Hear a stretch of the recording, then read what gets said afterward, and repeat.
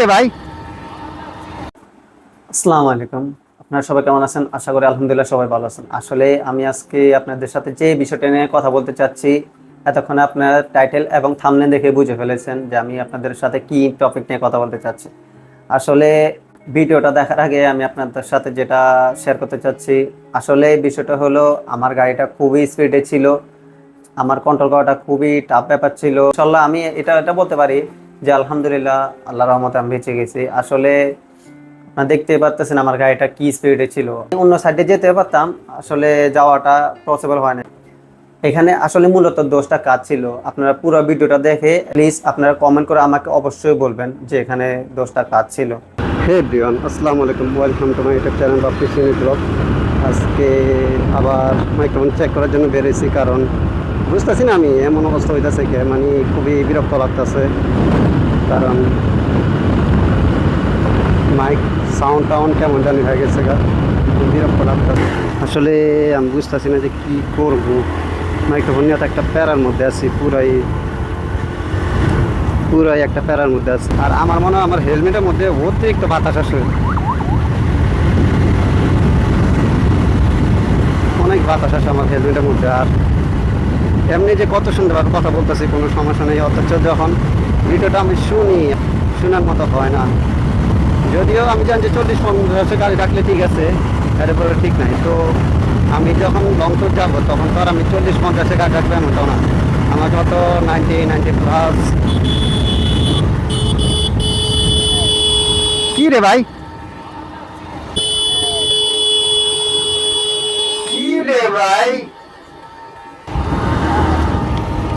গাড়ি 90তে আসছিল, 90তে আসছিল গাড়িটা।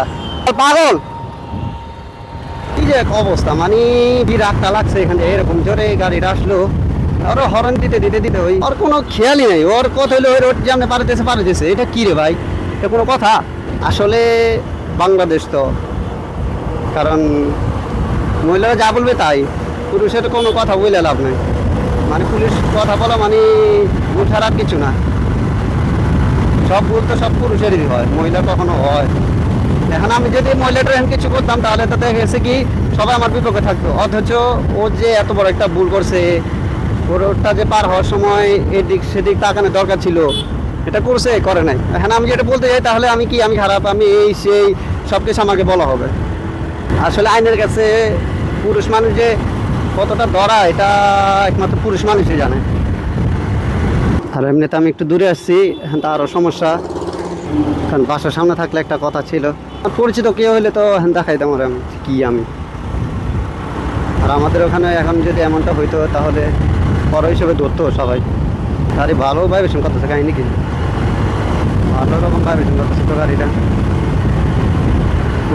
রোডের মধ্যে গরু, যদি এখন কোরবানির সময় একটু কেয়ারফুলি চালানো দরকার। যাক, এখন একবার বাসা চলে যায়, ভিতরে রাখার পরেও সাউন্ড অ্যাকুরেট হয় নাই, বাইরে রাখার পরেও সাউন্ড অ্যাকুরেট হয় নাই।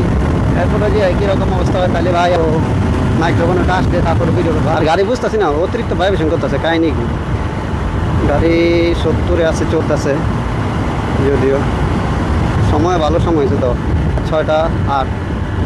আচ্ছা যাই হোক, এবার একটু স্লো যাওয়ার ট্রাই করি, কারণ অনেকক্ষণ ধরে অনেক জোরে গাড়ি চালাইছি। শুধু এত জোরে গাড়ি চালাইতে হবে না, একটু স্লো চালাইতে হবো। ভিউয়ার্সদের দেখাই দেবো যে কত সুন্দর রোড এখন বর্তমানে। যদিও বাজারে চলে আসছি, মাশাআল্লাহ গাড়িটা মোটামুটি স্পিডে ছিল। তো গাইস, আপনারা ভিডিওটা দেখতে পাচ্ছেন, আসলে এখানে ভুলটা কাজ ছিল। আপনারা অবশ্যই আমাকে কমেন্ট করে বলবেন। ইনশাল্লাহ আপনাদের সাথে আবার দেখা হবে নতুন কোনো পরবর্তী ভিডিও নিয়ে।